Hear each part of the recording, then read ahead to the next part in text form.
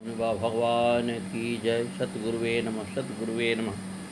श्री रामचंद्र जी के प्रतान करते समय सारा नगर अत्यंत पीड़ित हो गया।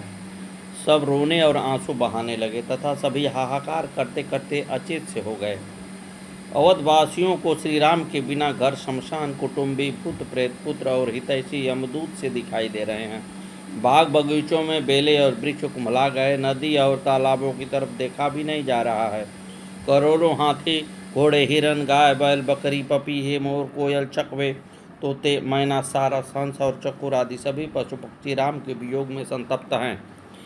राम वियोग विकल सब ठाड़े, जहाँ तहाँ मनहु चित्र लिखि काढ़े।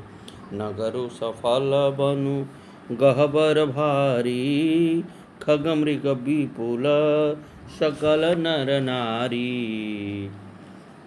अयोध्या वासियों ने जब देखा श्री राम रथ पर सवार होकर जाने को तैयार हैं तो सभी आगे पीछे दाएं बाएं रथ को घेरा। सब लोगों ने जाएंगे या पीस जाएंगे यह ठान लिया सब लोगों ने।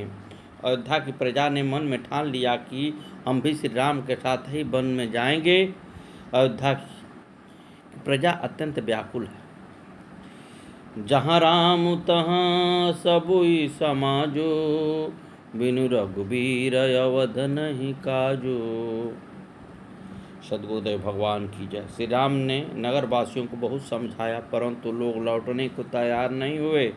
समझाया बहुत जनार्दन ने, जन कहाँ मानने वाले थे। वो माने भी परंतु उनके मन कहाँ मानने वाले थे। देख दशा सब जनन की, विवश हुए रघुनाथ। आगे आगे रथ चला, पीछे पुरजन साथ। श्री रामचंद्र द्वारा अनेक यत्न करने पर भी जनता साथ में चलती रही। बालक वृद्ध विहाई गृह लगे लोग सब साथ, तमसा तीर निवास किए प्रथम दिवस रघुनाथ। बच्चे और बूढ़ों को घरों में छोड़कर सब लोग साथ हो लिए। पहले दिन श्री रघुनाथ जी ने तमसा नदी के तट पर निवास किया। श्री राम जी ने प्रजा को अत्यंत प्रेमवश देखकर अनेकों धार्मिक उपदेश दिए परंतु प्रेमवश वह लौटने को राजी नहीं होते हैं। श्री राम लखन लाल ने कहने लगे, अस्मदव्यपेक्षान सौमित्रे निर्व्यप्यक्षान गृहस्वपिः। वृक्षमूलेषु संसक्तान् पश्य लक्ष्मण साम्प्रतम्। खोज मारि रघु हाँ कहुताता, अन उपाय बनहि नहीं बाता। हे मंत्रीवर, आप रथ को इस प्रकार चलाइए जिससे पहियों के निशान से दिशा का पता न चले कि रथ किस दिशा में गया। राम लखन सिय जान चढ़ी, शंभु चरण सिरुनाई। सचिव चलायउ तुरत रथो, हितउत खोज दुराई। शंकर जी के चरणों में सिर नवाकर श्री राम जी, लक्ष्मण जी और सीता जी रथ पर सवार हुए। मंत्री ने तुरंत ही रथ को इधर उधर खोज छिपा कर चला दिया। प्रातःकाल जब सब लोग जागे तो श्री राम को न देखकर शोर करने लगे। राम राम कहते हुए चारों दिशाओं में दौड़ रहे हैं परंतु किसी दिशा में रथ के पहिए दिखाई नहीं दे रहे थे। कहीं कोई चिन्ह नहीं दिखाई देता है। सभी अपनी निंदा करते हैं और मछली की सराहना करते हैं जो पानी के बिना जिंदा नहीं रहती है। एक हम हैं कि प्यारे के श्री राम वियोग में हमें मृत्यु क्यों नहीं दी। इस प्रकार विधाता को कोसते हुए दुखी मन से अयोध्या में आ गए। अयोध्या में आकर श्री राम जी के दर्शन की लालसा से अपनी अपने सामर्थ्य के अनुसार नेम और व्रत करने लगे। उस समय अयोध्या को देखकर सभी दुखी हैं। जहाँ ले चलोगे वहीं मैं चलूँगा, जहाँ नाथ रख लोगे वहीं मैं रहूँगा। ये जीवन समर्पित है चरणों में तुम्हारे। तुम ही मेरे सर्वस्व, तुम ही प्राण प्यारे। तुम्हें छोड़कर नाथ किससे कहूँगा, जहाँ ले चलोगे वहीं मैं चलूँगा। न कोई सिकवा न कोई अर्जी, कर लो करा लो भगवन तुम्हारी ही मर्जी। कहना भी होगा जो भी तुम्ही से कहूँगा, जहाँ ले चलोगे वहीं मैं चलूँगा। दयानाथ दयनी मेरी अवस्था, तेरे ही हाथों में सारी व्यवस्था। तुम जो कहोगे भगवान वही मैं करूँगा, जहाँ ले चलोगे वहीं मैं चलूँगा। सुदूरदेव भगवान की जय। अयोध्या वासियों को संतप्त अवस्था में छोड़कर श्री राम जी सीता सचिव सहित दो भाई श्रृंगवेरपुर पहुँचे जाई। उतरे राम देव सरी देखी, किन्ह दंडवत हर कुबिसेखी। सीता जी और मंत्री सहित दोनों भाई श्रृंगेर वीरपुर जा पहुँचे। वहाँ गंगा जी को देखकर श्री राम जी रथ पर से उतर पड़े और बड़े हर्ष के साथ उन्होंने दंडवत किया। लखन सचिव सिय किए प्रणामा, सबहि सहित सुख पायौ रामा। गंग सकल मुद मंगल मूला, सब सुख करनी हरनि सब शूला। लक्ष्मण जी सुमंत्र और सीता जी ने भी प्रणाम किया। सबके साथ श्री राम जी ने सुख पाया। गंगा जी समस्त आनंद मंगलों की मूल हैं। वे सब सुखों की करने वाली और सब पीड़ा को हरने वाली हैं। श्री रामचंद्र जी ने गंगा की अनेक प्रकार की कथाएं मंत्री लक्ष्मण और सीता जी को उनकी महिमा सहित सुनाई। तदंतर सबने स्नान कर थकान मिटाया। श्री राम जो सच्चित आनंद स्वरूप सच्चिदानंद हैं, इस भूत तल पर सामान्य मनुष्यों के ये कार्य कर रहे हैं। यह शुद्धि गोह निषाद जब पाई, मुदित लिए प्रिय बंधु बोलाई। लिए फल मूल भेंट भरी भारा, मिनल चले ही हरख अपारा। राम जी के आने का समाचार सुनकर निषाद राजगुह ने अपने प्रियजनों को बुलाकर फल फूल आदि बागियों से भरकर प्रसन्न मन से मिलने को चलते हैं। निषाद राजगुह कहने लगे, हे प्रभु, आप मेरे श्रृंगवेरपुर में पधार कर मुझे कृत्य कीजिए। श्री राम ने कहा, हे मित्र, मुझे पिताश्री ने 14 वर्ष वन में रहकर तपस्वियों की भांति रहने की आज्ञा दी है। श्री राम लक्ष्मण और सीता जी को देखकर सभी श्रृंगवेरपुर के नर नारी आपस में चर्चा करते हैं कि वे माता पिता कैसे हैं जिन्होंने इनको वन में भेज दिया है। कोई कहते हैं विधाता ने अच्छा किया, इनके दर्शन करके हमारे नेत्र सफल हो गए। इसी बीच गुह ने कुश और कोमल पत्तों की साथरी बनाकर बिछा दी और दोनों में मीठे मीठे फल मूल और पानी भरकर सामने रख दिया। सिय सुमंत भ्राता सहित कंदमूल फल खाई, शयन किन्न रघुवंश मणि पाय पलोटत भाई। सीता जी, सुमंत्र जी और भाई लक्ष्मण सहित कंदमूल फल खाकर रघुकुल मणि से रामचंद्र जी लौट गए। भाई लक्ष्मण जी उनके पैर दबाने लगे।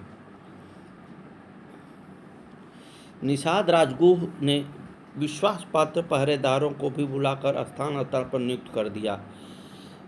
गुह लक्ष्मण के पास जाकर पुलकित मन से कहने लगा, महाराज, दशरथ के भवन की देवता भी बराबरी नहीं कर सकते। वहाँ मणियों के दीपक हैं। ऐसे महलों में सोने वाले श्री राम जी और सीता जी आज जमीन में घास फूस की साथरी पर सो रहे हैं। जिस सीता जी के पिता विदेह राजा जनक हैं, ससुर चक्रवर्ती श्री दशरथ जी हैं, जिनकी देवता भी प्रशंसा करते हैं, और पति श्री रामचंद्र जी हैं।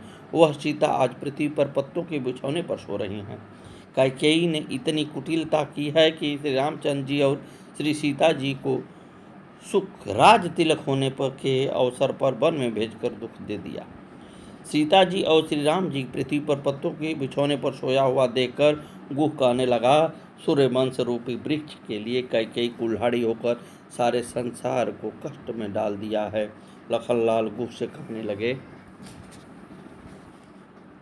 बोले लखन मधुर मृदुबानी, ज्ञान विराग भगति रस सानी, काहू न को सुख दुख कर दाता, निज कृत कर्म भोग सुन भ्राता।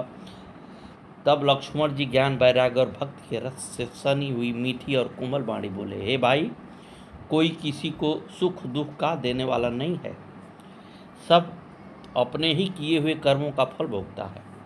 हे निषादराज, धरती धन नगर परिवार स्वर्ग और नरक जो देखने सुनने में आता है वह सब अज्ञान है, सबका मूल मोह ही है।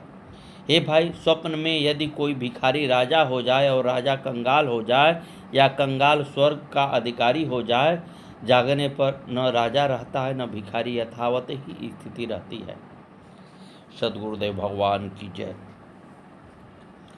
लक्ष्मण जी गुस्से से कह रहे हैं कि अस विचारी नहीं की जय रोषु, काहू बादिन देई दोषो, मोहनिशा सबु सोवनिहारा, देखी सपन अनेक प्रकारा।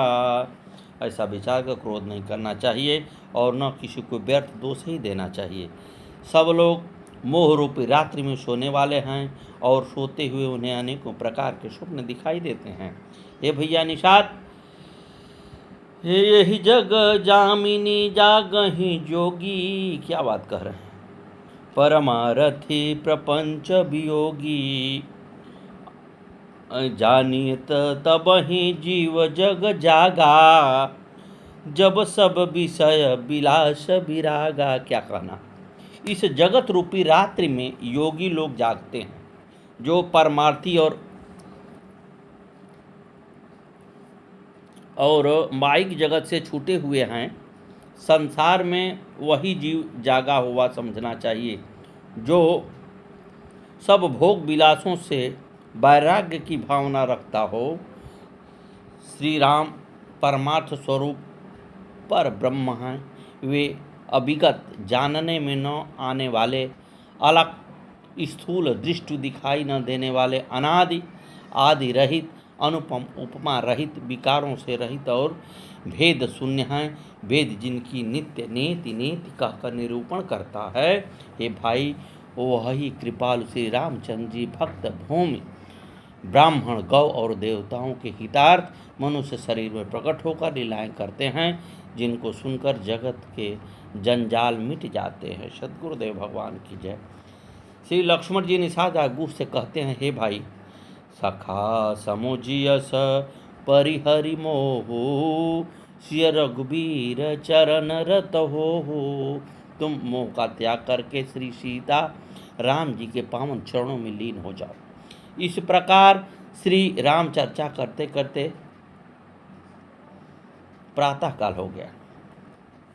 श्री रामचंद्र ने शौचादि नित्य क्रिया करके स्नान किया, फिर बड़ का दूध मांगकर लक्ष्मण सहित सिर के जटा बनाए।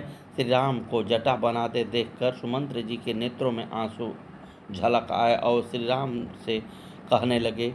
उस समय हृदय में जलन हो रही थी, मुंह उदास था।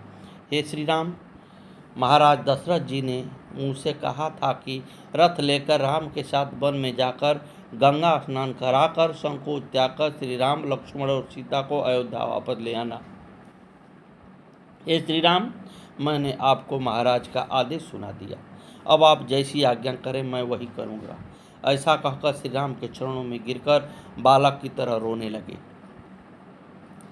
कहने लगे, हे श्री राम, आप अवध को अनाथ मत करो। श्री राम ने मंत्री को उठाकर धैर्य बधाते हुए समझाया, हमारे यहाँ अनेक राजाओं ने भारी कष्ट सहकर धर्म का पालन किया है। शिविदधि च हरिचंदन रेशा सह धर्म हित कोटि कलेशा रतिदेव बलि भूप सुजाना धर्म धरेउ सही संकट नाना। सद्गुरुदेव भगवान की जय। दधीची और राजा हरिश्चंद्र ने धर्म के लिए करोड़ों कष्ट सहे हैं। बुद्धिमान राजा रंती देव और बलि बहुत से संकट सहकर भी धर्म को पकड़े रहे, उन्होंने धर्म का परित्याग नहीं किया। हे तात, सत्य के समान कोई धर्म नहीं है। धर्म का त्याग करने से अपयश की प्राप्ति होती है और सम्मानित पुत्र के लिए अपमान मृत्यु तुल्य होता है। आप पिताजी से कहना कि मैं वन में प्रसन्न हूँ, मेरी चिंता न करें, और आप भी पिताजी को हर प्रकार से प्रसन्न रखना। श्री राम और मंत्री के संवाद को सुनकर निषाद को बड़ा कष्ट हुआ। लक्ष्मण जी ने सुमंत्र जी से कहा, मंत्री से बोले, लखन जहाँ नहीं है न्याय, ऐसे नृप के राज्य में कौन लौट कर जाए। कह देना माता कैकेयी से घी के चिराग जलवाएं वो, हम कांटे थे सो निकल गए निष्कंटक राज चलाएं वो। प्रभु करुणामय परम विवेकी, तजु तनु तज रहित छाकी मिछे की। प्रभा जाई कह भानु बिहाई, कह चंद्रिका चंदु तज जाई। हे प्रभु, आप करुणामय और परम ज्ञानी हैं, कृपा करके विचार तो कीजिए, शरीर को छोड़कर छाया अलग कैसे रह सकती है। सूर्य की प्रभा सूर्य को छोड़कर कहाँ जा सकती है, और चांदनी चंद्रमा को त्याग कर कहाँ जा सकता है। फिर सीता जी सुमंत्र जी से कहने लगी, हे तात, इस कष्ट के समय मैं आपसे कहती हूँ कि मेरे स्वामी के अलावा सभी नाते मेरे लिए व्यर्थ हैं। हे तात, मैंने अपने पिताजी का वैभव देखा है, चक्रवर्ती अपने ससुर जिनका इंद्र भी स्वागत करते हैं उनका भी प्रभाव देखा है, लेकिन हे तात, श्री उनकी ही आज्ञा से वन में आने पर यहाँ के जंगल, पहाड़, दुर्गम रास्ते, शेर, हाथी, तालाब, नदियाँ, कोल, भील आदि सभी अपने पतिदेव के साथ में मुझे सुख देने वाले होंगे। मेरी सास ससुर से यही विनती कहना कि मैं यहाँ सुखी हूँ। प्राणनाथ तथा देवर लखनलाल के साथ में रहकर न रास्ते की थकावट है न भ्रम है। अनेक प्रकार से मंत्री सुमंत्र को समझाकर अयोध्या को वापस लौटा दिया। सुमंत्र जी जब सब तरह से निराश होकर श्री राम, लक्ष्मण और सीता जी के श्री चरणों में मस्तक नवाकर इस तरह लौट रहे हैं जैसे कोई व्यापारी अपनी गांठ की पूंजी गंवा कर लौट रहा हो। रथुहा के हय राम तन हेरी हेरी निनाई, देखी निषाद निषाद बस दोनों ही शीश पछताए। सुमंत्र ने रथ को हाँका। घोड़े श्री रामचंद्र जी की ओर देख देख कर ही निनाद रहे हैं। यह देखकर निषाद लोग विषाद के वश होकर सिर धून धून कर पीट पीट कर पछता रहे हैं। जाशु वियोग विकल पशु ऐसे, प्रजा मातु पितु जियहि कैसे। बरबस राम सुमंत्रु पठाए, सुरसरि तीरया पुत बयाए। जिनके वियोग में पशु इस प्रकार व्याकुल हैं, उनके वियोग में प्रजा, माता और पिता कैसे जीते होंगे। श्री रामचंद्र जी ने जबरदस्ती सुमंत्र को लौटाया। तब आप गंगा जी के तीर पर आए। श्री राम, लक्ष्मण और सीता जी ने माँ गंगा को प्रणाम किया और उस पार जाने के लिए केवट को नाव लाने को कहा। और मागी नावन केवट आना, कहे तुम्हारे मरम हम जाना। चरण कमल रज कहु सब कही, मानुख करनी मोरी कछु अहई। केवट नाव नहीं ला रहा है। बोला, आपके पैरों की धूल में मनुष्य बनाने की जादू है। छुअत शिला भई नारी सुहाई, पाहन तेन काठ कठिनाई। तरनी वधु मुनि धरनी होई जाई, बाट परई मोरी नाव उठाई। आपके चरण की रज के स्पर्श से पत्थर की शिला सुंदर स्त्री बन गई थी, और काठ पत्थर से कठोर तो होता नहीं है। मुझे ऐसा आभास हो रहा है कि मेरी नाव भी मुनि पत्नी बन जाएगी। यही प्रतिपालों सब परिवारू, नहीं जानो कछु और को कबारू। जो प्रभु पार अवसिगा चहो, मोहि पद पदुम पखारन कहो। ए स्वामी, मैं तो इसी नाव से अपना परिवार पालता हूँ और दूसरा कोई काम नहीं जानता हूँ। यदि आप उस पार जाना चाहते हैं तो मुझे अपने पैर धो लेने की आज्ञा प्रदान करें। पद कमल धोई चढ़ाई, नावन नाथ उतरई चाहूँ। मोहि राम राउरी आन दशरथ, सपत सब साची कहो। बरु तीर मारहु लखन पै, जब लागी न पाय पखारी हूँ। तब लगी न तुलसीदास, नाथ कृपालु पार उतारी हूँ। सद्गुरुदेव भगवान की जय। केवट कहने लगा, आपके पैरों को धोकर नाव पर चढ़ाकर पार कर दूंगा, मैं आपसे उतराई भी नहीं लूँगा। हे राम, मुझे आपकी दुहाई और श्री महाराज दशरथ जी का सौगंध है, मैं सत्य कह रहा हूँ। चाहे लक्ष्मण मेरे में बाण मार दे, लेकिन जब तक आपके पैर नहीं धो लूँगा तब तक। हे तुलसीदास के नाथ, हे कृपालो, मैं पार नहीं उतारूंगा। नाम अजामिल से खल कोटि अपार, नदी भव बूढ़ तक काढ़े। जो सुमिरे गिरी मेरु शिला कण, होत जाखुर बारिधि बाढ़े। तुलसी जहि के पद पंकज, ते प्रगटि तटनि जो हरे अध गाढ़े। ते प्रभुया सरिता तरिबे, कहु मांगत नाव करा रहो ठाड़े। जासु नाम सुमिरत एक बारा, उतरहि नर भव सिंधु अपारा। सोई कृपालु केवट ही निहोरा, जेहि जगु किय हित पगहु ते थोरा।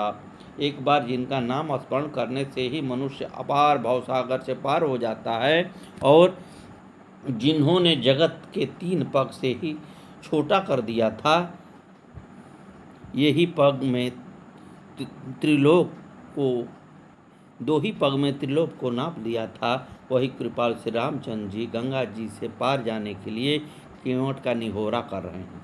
परंतु केवट अपनी हाथ चरण धोने की पर ही डटा रहा। जिनकी बुनिद वारी, सिर शिव हैं पुरारी। त्रिपथ गामिनी असभेद कहें गाय के। जिनको योगिंद्र मुनि वृंद, देव देह धरि करत विविध योग जप मन लायके। तुलसी जिन चरणन की छूरी छू, अहल्ला तरि गौतम सिधारे। घर गानों को लिवाय के, ते पाय पाय के चढ़ाय। नाव धोए बिन खाहौ ना, पठावनी कहौ ना हासाय के।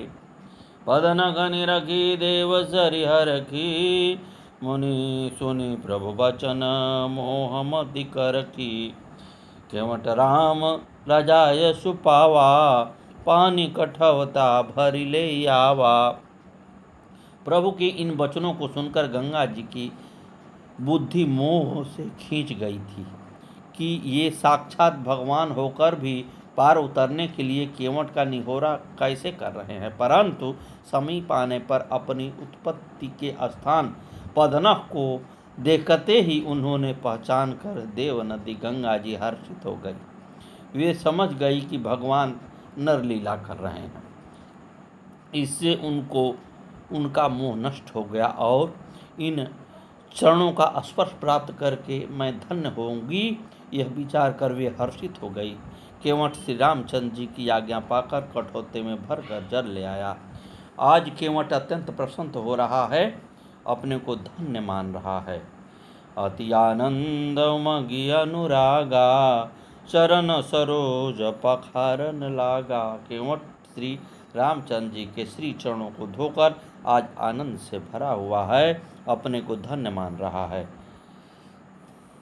पद पखार जलपान करी, आपु सहित परिवार, इधर पार कर प्रभु पुनि मुदित गयो ले पार।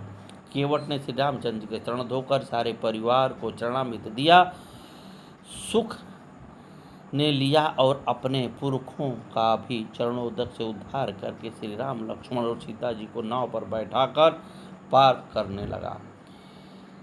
मेरी नैया में लक्ष्मण राम, गंगा मैया धीरे बहो। कौन की नैया और कौन की गंगा, कौन की लक्ष्मण नाम, गंगा मैया धीरे बहो।